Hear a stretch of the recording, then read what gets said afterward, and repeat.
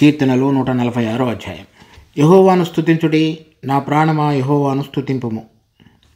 నా జీవితకాలమంతయు నేను యెహోవాను స్తుతించెదను, నేను బ్రతుకు కాలమంతయు నా దేవుని కీర్తించెదను.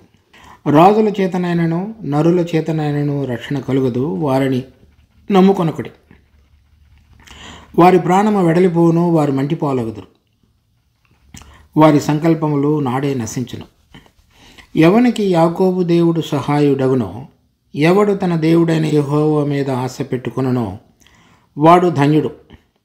ఆయన ఆకాశమును భూమిని సముద్రమును దానిలోని సర్వమును సృజించినవాడు.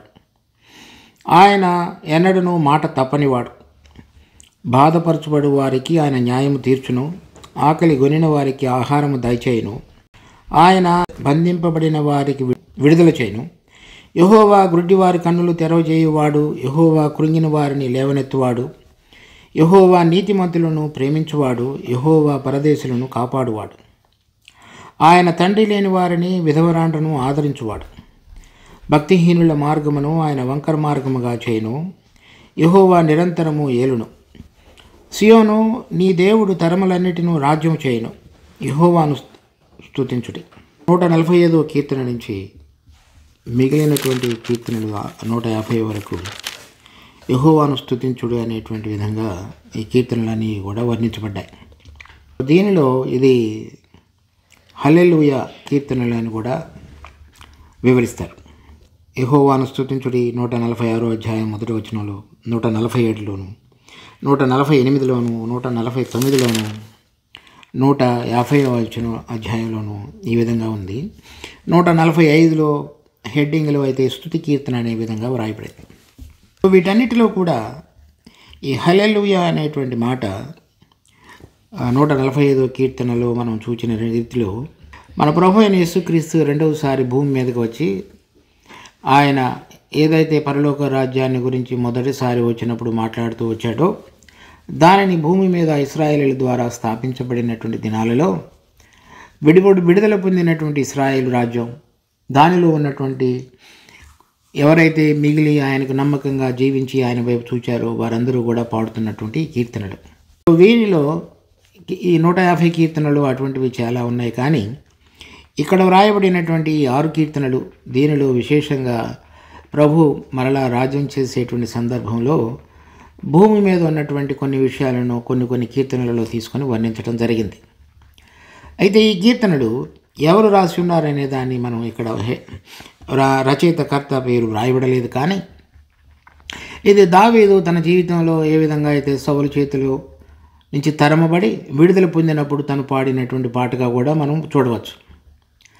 లేక ఇశ్రాయేలీలందరూ కూడా క్రీస్తు పూర్వం 700 సంవత్సరాల క్రితం ఏదైతే బబులోను దేశంలోనికి నెబుకద్నెజరు ద్వారా విడుదల పొంది తర్వాత 70 సంవత్సరాలు బానిసత్వాన్ని దాసత్వాన్ని పూర్తి చేసిన తరువాత రాజు అయినటువంటి కోరేషు సమయంలో మరి రాజాజ్ఞను బట్టి జెరుబ్బాబెలు, యెహోషువ, తర్వాత కొన్ని సంవత్సరాల తర్వాత ఎజ్రా, దాని తర్వాత కొన్ని సంవత్సరాల తర్వాత నెహెమ్యా, వారందరూ కూడా తిరిగి వచ్చి రెండవసారి ఆలయాన్ని కట్టినప్పుడు తర్వాత యెరూషలేము గోడలను కట్టినటువంటి సందర్భంలో పాడినటువంటి పాటలుగా కూడా కొంతమంది అభివర్ణిస్తారు.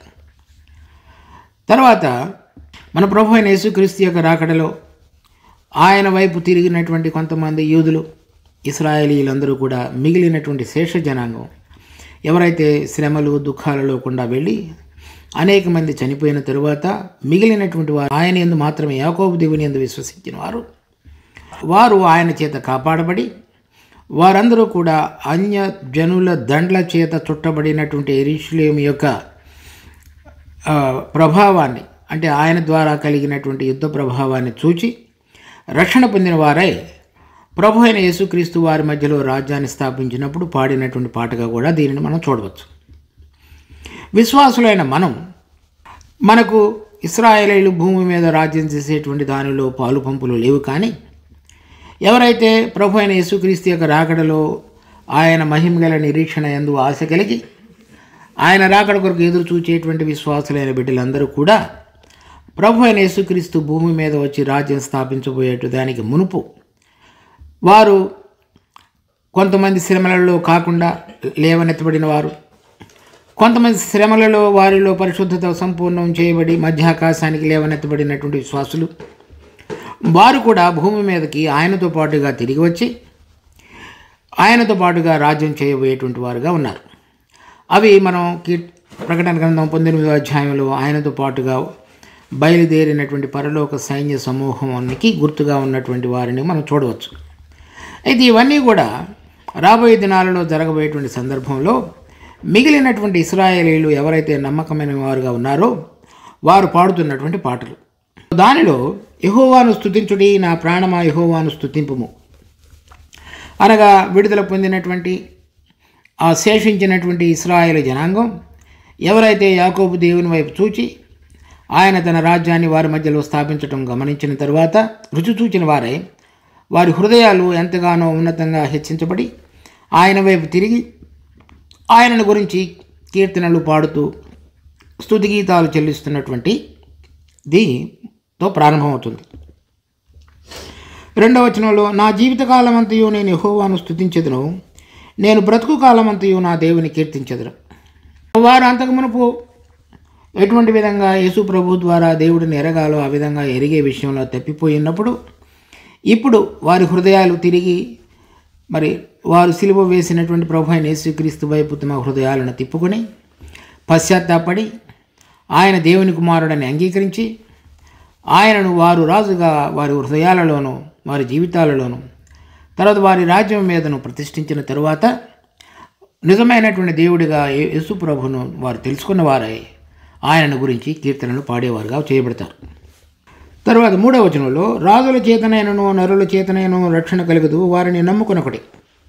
వారు ఈ శ్రమల కాలానికి మునుపు అనగా ప్రభు అయిన యేసుక్రీస్తు రాకడకు మునుపు వారు వెళ్ళినటువంటి శ్రమల కాలంలో అది జకర్యా గ్రంథం 13వ అధ్యాయంలో రాయబడింది.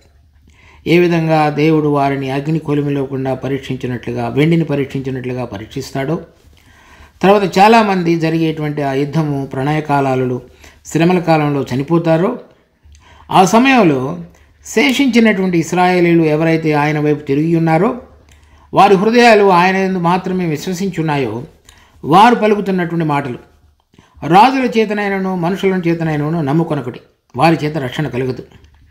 నరులు అనగా తక్కువ జాతికి చెందినటువంటి వారు, రాజులు ఉన్నతమైనటువంటి వారికి చెందినవారు. సో ఈ ఇద్దరిలో ఎవరు కూడా ఒక మనిషిని రక్షించలేరు. కనుక అశేష సంఖ్యాకారమైనటువంటి సైన్యం కానీ వారిని నడిపించేటువంటి రాజుగా ఉన్నటువంటి ఎవరు కూడా మనలను రక్షింపలేరు అనేటువంటి దానిని శేషించినటువంటి ఇశ్రాయేలు జనాంగం విశ్వసించినటువంటి కోవకు చెందిన వారై యాకోబు దేవుని యందు విశ్వసించి వారు ఆ విధంగా పలుకుతున్నారు. ఇదే మాటలు 118వ కీర్తనలో కూడా, ఆ 118వ కీర్తన కూడా విడుదల పొంది శ్రమల కాలంలో నుంచి బయటకు వచ్చి ప్రభువును రాజుగా ప్రతిష్ఠించిన తరువాత పాడుతున్నటువంటి పాటలలో 118వ కీర్తన కూడా ఒకటి. దానిలో వ్రాయబడినటువంటి 8, 9 వచనాలు కూడా అదే విధంగా వ్రాయబడ్డాయి. చూడండి, 118వ కీర్తన 8, 9. మనుషులను నమ్ముకున్నట కంటే యెహోవాను ఆశ్రయించుట మేలు, రాజులను నమ్ముకున్నట కంటే యెహోవాను ఆశ్రయించుట మేలు. ఈ కీర్తనలో ఉన్నటువంటి ఈ 8వ వచనం బైబిల్లో ఉన్నటువంటి అన్ని వచనాలలో అది మధ్య వచనం. దానికి మునుపు ఎన్ని వచనాలు ఉన్నాయో దాని తర్వాత అన్ని వచనాలు ఉన్నాయి. బైబిల్ వర్సెస్ ఉన్నాయి. దానిలో చెప్పబడినటువంటి ముఖ్యమైన అంశం, మన జీవితంలో మనకు కలిగేటువంటి అనేక పరిస్థితులలో మనం మనుషుల వైపు చూడటం కంటే మనం నిజమైనటువంటి రీతిలో ప్రభువును వెతికినట్లయితే ఆ విశ్వాసం ఎటువంటి విధంగా ఆయన సమస్తమును చేయగలడనేటువంటి నమ్మకం మన జీవితంలో ప్రతిరోజు కూడా ప్రతిబింబించే విధంగా జీవించాలో దానికి సూచనగా జీవించినటువంటి అనేక మంది విశ్వాసులను ఆ రోజులలో ఆయనను నిజమైన రీతిలో అనుభవించిన తరువాత పలికబడినటువంటి మాటలు. తర్వాత ద్వితీయోపదేశకాండం 9వ అధ్యాయంలో కనుక ఇంకొక వచనం చూసినట్లయితే వారికి ఒక చోట చెప్పబడింది, మీరు మరలా ఐగుప్తులో ఉన్నటువంటి గుర్రముల యొక్క బలాన్ని మీరు ఆశ్రయించకూడదు అని. ఎందుకని ఆ రోజులలో అవన్నీ కూడా ఐగుప్తులో ఉన్నటువంటి గుర్రాలు బలానికి గుర్తు. దావీదు తన జీవితంలో కూడా కీర్తనలు 20వ అధ్యాయం 7వ వచనం, కొందరు రథములను బట్టి కొందరు గుర్రములను బట్టి అతిశయపడుదురు, మనమైతే మన దేవుడైన యెహోవా నామమును బట్టి అతిశయపడుతుంది. వారు కృంగి నేల మీద పడి ఉన్నారు, మనము లేచి చక్కగా నిలుచుతున్నాము. యెహోవా రక్షించుము, మేము మొరపెట్టినప్పుడు రాజు మాకు ఉత్తరం ఇచ్చును. ఇది 2 సమూయేలు 10వ అధ్యాయంలో రాజు అయినటువంటి దావీదు తన కలిగిన పరిస్థితులలో పాడుతున్నటువంటి కీర్తన. అతడు విడుదల పొందిన తర్వాత అనుభవాన్ని మనం కూడా మన జీవితంలో, అంటే రాజులు మనుషులను, ఈ లోకంలో ఉన్నతమైనటువంటి స్థితిలో ఉన్న మనుషులను కానీ లేక తక్కువ దశలో ఉన్నటువంటి మనుషులను కానీ నమ్ముకొనక మనం నిజమైనటువంటి యెహోవా దేవుని యందు సమస్తమును సృష్టించి మనలను చక్కగా పరిపాలిస్తున్నటువంటి ఆయన యందు మాత్రమే విశ్వసించేటువంటి అనుభవాన్ని, ఆ ధన్యతలో నిలిచి ఉండాలనేటువంటిది విమోచించబడినటువంటి ప్రజలు పాడుతున్న అనుభవాన్ని మనము మన జీవితంలో ఇప్పుడు విశ్వాసులంగా కలిగి ఉండవచ్చు. వారి ప్రాణం వెడలిపోవును, వారు మండిపాలగదురు, వారి సంకల్పములు నాడే నశించును. 146:4. ఎందుకనంటే ఒక మనిషి యొక్క జీవితకాలము పరిమితితో చెందినది. అది కొంత సమయం తర్వాత గతించిపోతుంది. వారు ఏ విధంగా సృష్టించబడ్డారో మట్టిలో నుంచి ఆ విధంగా మట్టిలోనికి తిరిగి చేరేవారుగా ఉంటారు. అనగా వారి బలం ఉడిగిపోతుంది. వారి బలం శాశ్వతమైనది కాదు. వారు అన్ని పరిస్థితులను ఎదుర్కొని ఆశ్రయించిన వారికి విడుదల కలుగు చేయడానికి సామర్థ్యం కలిగినటువంటిది వారి జీవితాల్లో లేదు. కానీ 5వ వచనంలో చూస్తే, ఎవనికి యాకోబు దేవుడు సహాయుడగునో, ఎవడు తన దేవుడైన యెహోవా మీద ఆశ పెట్టుకునో వాడు ధన్యుడు. ఈ ధన్యుడు అనే మాటకి అంటే మనం ఆయనలో నిజమైనటువంటి సంతోషాన్ని, ఆనందాన్ని, తర్వాత సంతృప్తిని పొందగలిగేటువంటి విధమైన మాట. సో ఈ విషయాలలో మనుషులు కానీ రాజులు కానీ మనకు చేయలేరు, కానీ విడుదల కలుగు చేసి స్థిరపరచలేరు. కానీ మనం గనక ఆయన యందు గనక ఆశ పెట్టుకుని ఉన్నట్లయితే, మన కన్నులు ఆయన వైపు తిప్పినట్లయితే, ఆయన మన హృదయాన్ని మనం ఆయన మీద యథార్థమైన రీతిలో విశ్వసించున్నామనే విషయాన్ని కనుక ఆయన చూడగలిగితే మనకు విడుదల కలుగు చేసేటువంటి వాడు. ఎందుకంటే ఆయన నిత్యుడు. అది సమయానికి ముందు, సమయానికి అతీతంగా, తర్వాత కాలాతీతుడైనటువంటి దేవుడై ఉన్నాడు. ఆయన ఇంకేం చేస్తున్నాడో మనం చూస్తున్నాం. 6వ వచనంలో, ఆయన ఆకాశమును, భూమిని, సముద్రమును, దానిలోని సర్వమును సృజించినవాడు. ఆయన ఎన్నడూను మాట తప్పనివాడు. ఈ మనుషులు, రాజులు ఇక్కడికి సంబంధించిన వారు మంటికి చేర్చబడేవారు. దేవుడు ఆకాశము, దానిలో ఉన్న సర్వసమస్తము, భూమి, దానిలో ఉన్న సమస్తము, సముద్రము, దానిలో ఉన్న సమస్తాన్ని సృష్టించినవాడు. మొట్టమొదటిగా ఆయన ఈ భూతలము, సముద్రతలము, ఆకాశతలములో ఉన్న సమస్తమునకు జీవాధిపతి, సమస్తమును సృష్టించి వాటన్నిటిని ఏలుతున్నటువంటి మహామహుడు. ఆ విషయాన్ని మనం రాజుల వైపు, మనుషుల వైపు చూచినప్పుడు సమస్తమునకు సృష్టికర్త, దాన్ని అంతటినీ కొనసాగించువాడైన ఆయన వైపు చూచుట, ఆ రెండింటిలో ఉన్నటువంటి వ్యత్యాసాన్ని విశ్వాసులైన మనం కూడా గమనించాలి. తర్వాత 7వ వచనంలో, ఆయన ఎన్నడూనూ మాట తప్పనివాడు. అనగా ఆయన వాగ్దానం ఇచ్చి చక్కగా మనకు అది నెరవేర్చుటకు సామర్థ్యం కలిగిన వాడు. మనుషులు వాళ్ళ మాటలలో వాళ్ళ యొక్క అనుకూలతను బట్టి జరిగించవచ్చు వాగ్దానం చేసినప్పటికీ. అది నెరవేర్చకుండా ఉండే అవకాశాలు కూడా ఉన్నాయి. కానీ మన దేవుడైన యెహోవా ఆయన మాట తప్పనివాడు. అనగా ఇశ్రాయేలులకు ఏదైతే భూమి మీద ఎల్లప్పుడూ వారి యొక్క రాజ్యం ఉంటున్నదని 2వ సమూయేలు 7వ అధ్యాయం 16వ వచనంలోను, తర్వాత కీర్తనలో 45వ అధ్యాయం 6వ వచనంలోను, నీ రాజదండము యథార్థమైనది, నీ నిరంతరము నిలుచును అని చెప్పబడినటువంటి మాటలు అవన్నీ కూడా నెరవేర్చబడతాయి. ఆయన మాట తప్పనివాడు. అవి నెరవేర్చబడే కాలం రాబోతున్నది. అందుచేత ఆయన ఇచ్చిన వాగ్దాన ప్రకారంగా ఇశ్రాయేలులకు తన రాజ్యాన్ని తిరిగి స్థాపించి వారి మీద ఆయన రాజుగా, మరి అబ్రహాముకు, దావీదుకు ఇచ్చినటువంటి వాగ్దానాలన్నింటిని కూడా నెరవేర్చబోయేటువంటి మాట తప్పనేటువంటి దేవుడై ఉన్నాడు.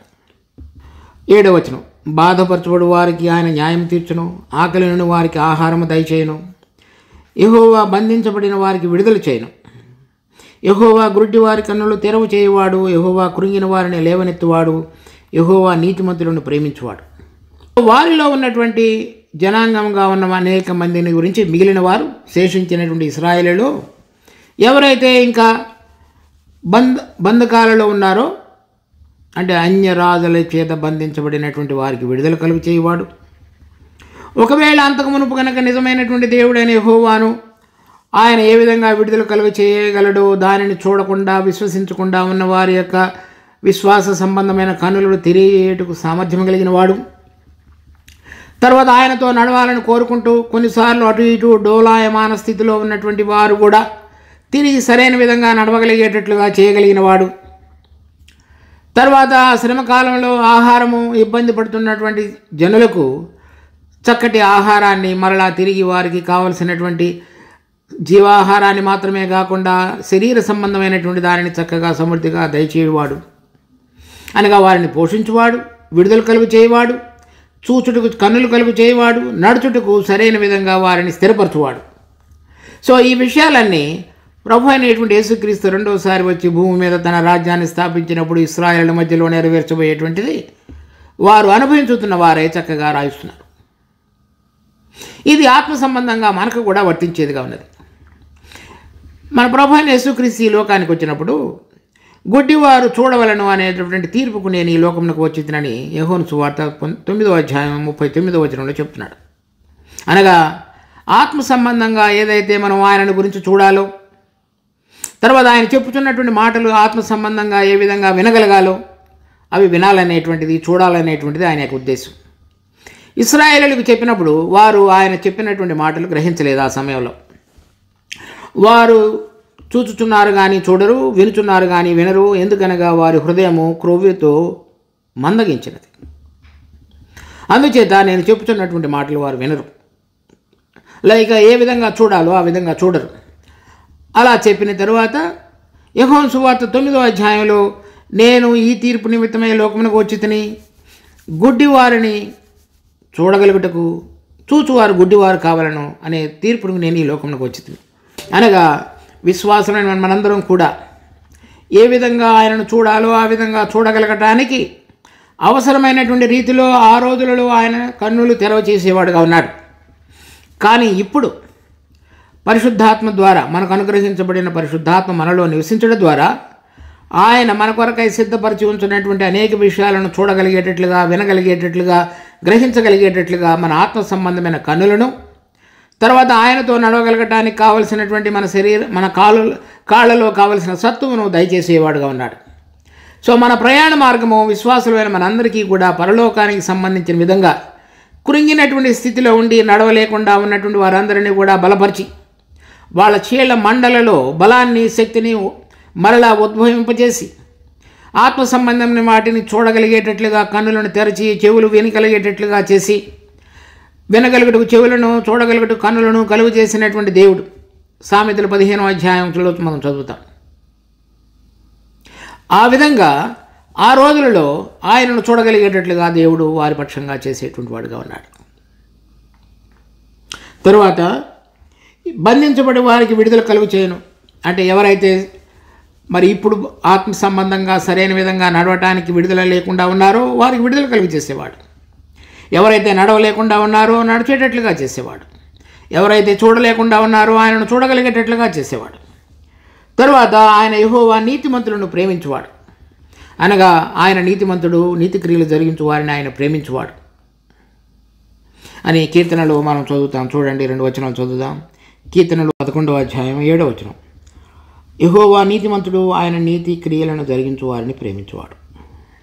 లేక నీతిని ప్రేమించువాడు అనే మాటకు ఇంగ్లీష్లో చూసినట్లయితే ఆయన నీతి క్రియలు జరిగించు వారిని ప్రేమించువాడు అని రాయబడింది.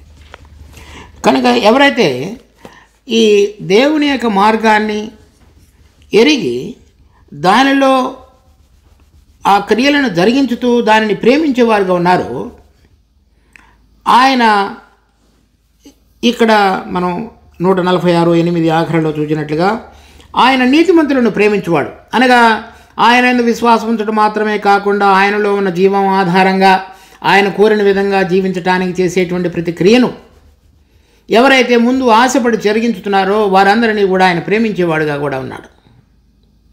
సో దానిని కూడా వారు రుచి చూచిన వారే మాట్లాడుతున్నారు, ఆయనను స్తుతిస్తున్నారు.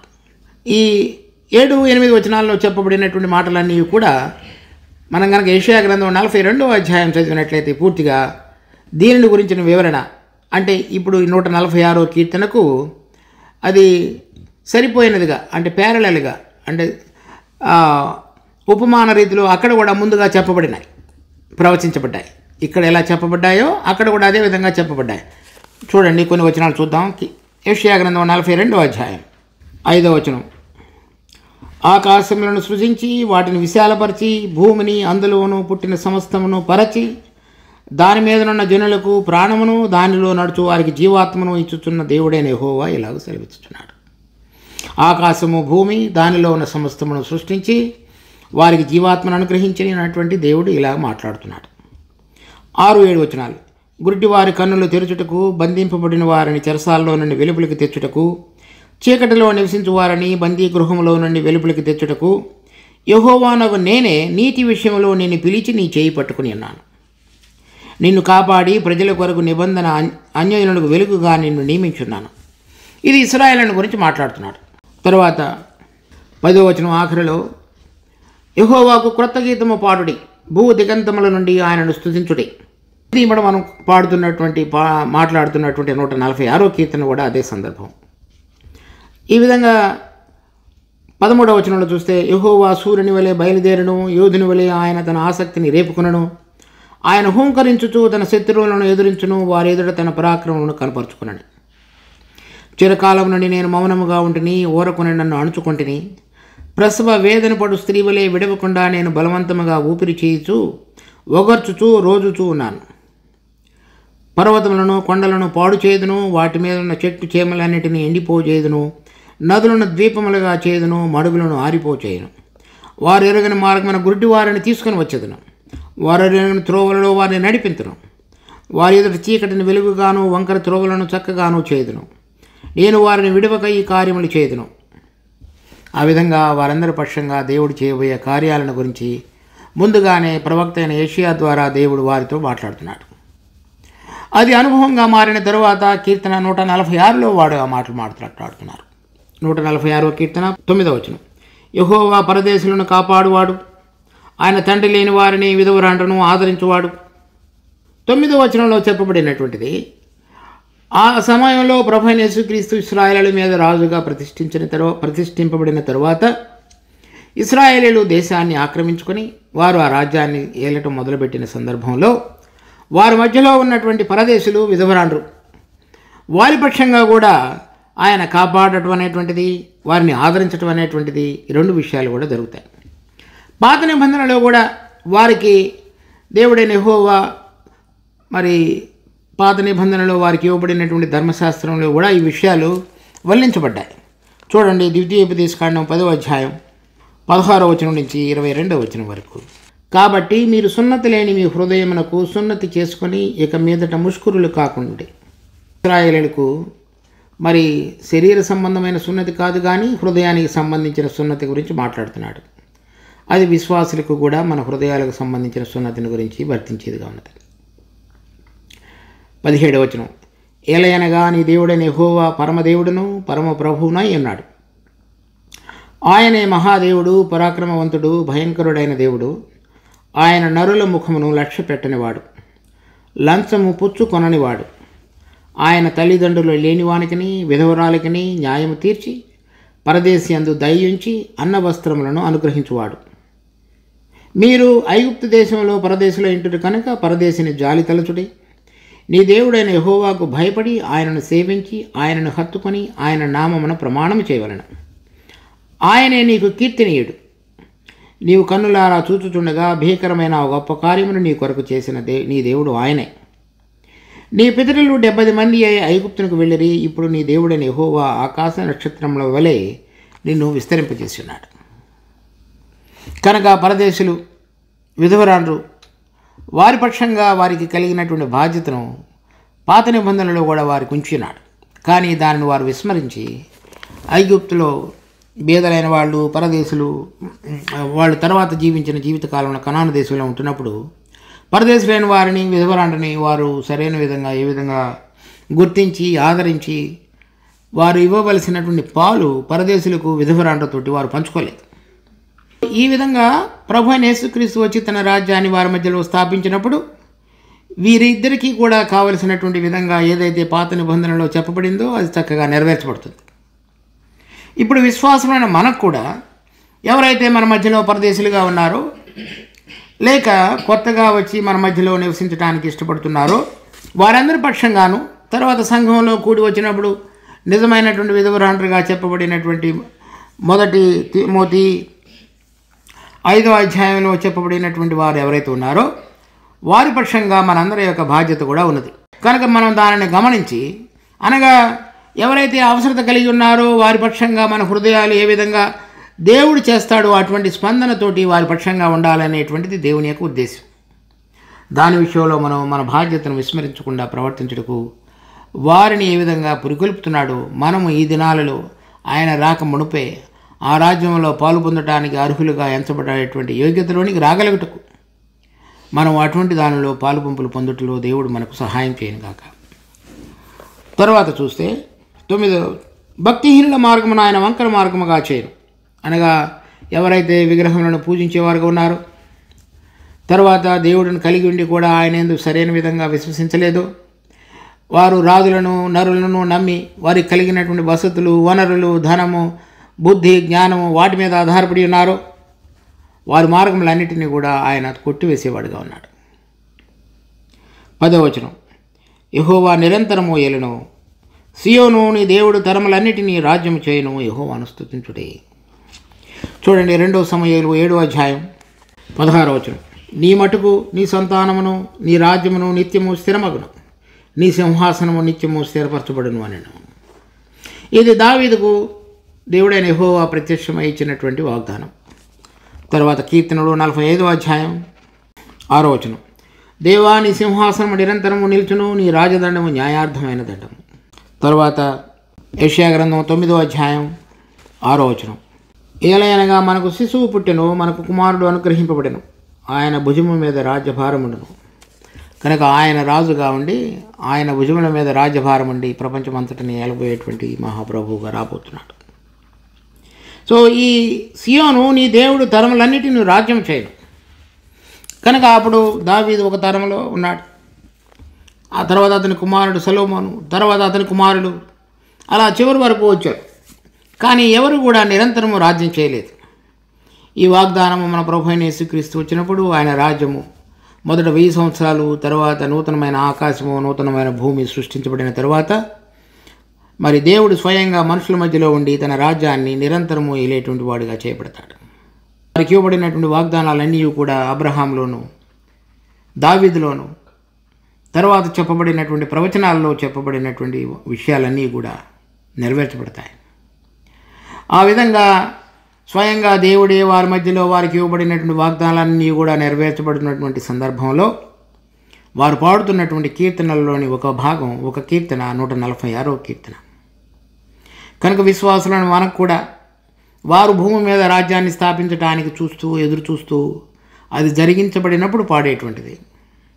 విశ్వాసులమైన మనము ఆ రాకడలో మనకు మరింత అధికమైనటువంటి ఆశీర్వాదం అని దేవుడు ఉంచి ఉన్నాడనే విషయాన్ని గుర్తిరిగిన వారమై ఆయన రాకడ కొరకు ఎదురు చూస్తూ ఎటువంటి విధంగా దేవుడు మన జీవితాలలో ఆత్మ సంబంధంగా నడిచి ఆ రాజ్యంలో పాలు పంపులు పొందడానికి నిజమైనటువంటి విశ్వాసాన్ని, తర్వాత విడుదల కొరకు ఆ రాజ్యంలో పాలు పొందడానికి ఎటువంటి విధంగా ఈ భూలోక సంబంధమైన వాటిని చూడకుండా తెరవబడినటువంటి కన్నులు కలిగి, తెరవబడినటువంటి చెవులు కలిగి, హృదయంలో మందగిలినట్లుగా ఉంటే, అంటే ఆయన చెప్పిన మాటలు గ్రహించే విషయంలో కనుక మనం వెనకబడిపోయి ఉంటే వాటన్నిటినీ కూడా సరిచేసుకొని భక్తిహీనత నుంచి తొలగి ఏదైనా మన జీవితంలో ప్రభువు కాకుండా వేరైన విషయాన్ని ఆవరించుకొని ఆక్రమించుకొని ఉన్నట్లయితే వాటన్నిటి నుంచి కూడా విడుదల పొంది యథార్థమైన రీతిలో ఆయనను మన హృదయంలో ప్రతిష్ఠించుకున్నప్పుడు విశ్వాసులు కూడా ఆయనను స్తుతించుడి అనే పాట పాడగలుగుతారు. ఆ అనుభవాన్ని మనందరం పొందగలిగినట్లుగా దేవుడు మనకు కృప చూపించును గాక. ప్రార్థించుకుందాం. మా జీవం కలిగిన తండ్రి, మీరు ఇచ్చినటువంటి వాక్య భాగాన్ని బట్టి మీకు ఎంతో వందనాలు. మరి మేము నిజమైన రీతిలో సియోను రాజు నిత్యత్వంలో రాజ్యం చేయబోతున్నటువంటి దానిని, ఆ మహిమలో 1000 సంవత్సరాలు రాజ్యం చేయబోయేటువంటి ఆ సందర్భాన్ని గుర్తు చేసుకుని ఇశ్రాయేలీయులు ముందుగానే ప్రవచించినటువంటి విషయాలు వారికి, అన్యజనులకు, విశ్వాసులైన మాకు మరి ఆయా రీతులలో వర్తింపజేసే విధంగా ఉంటుండగా మా పాలు విషయంలో ఎటువంటి విధంగా విశ్వసించాలో రాజులను నరులను నమ్ముకొనక, భక్తిహీనుల మార్గంలో నడవక, మీరు కోరిన రీతిలో భక్తి మార్గంలో జీవిస్తూ నడుస్తూ ముందుకు సాగుటకు మా అందరికీ సహాయం చేయండి. ఏదైతే నువ్వు ఉద్దేశించున్నావో దాన్ని సఫలపరుస్తూ నీ కార్యంలో ముందుకు సాగగలుగుటకు కావలసిన దయను కనపరచు. నిన్ను ఘనపరచుట మాకు నేర్పు. మా రక్షకుడు ప్రభువైన యేసు నామమున అడిగి వేడుకుంటున్నాం తండ్రి. ఆమేన్.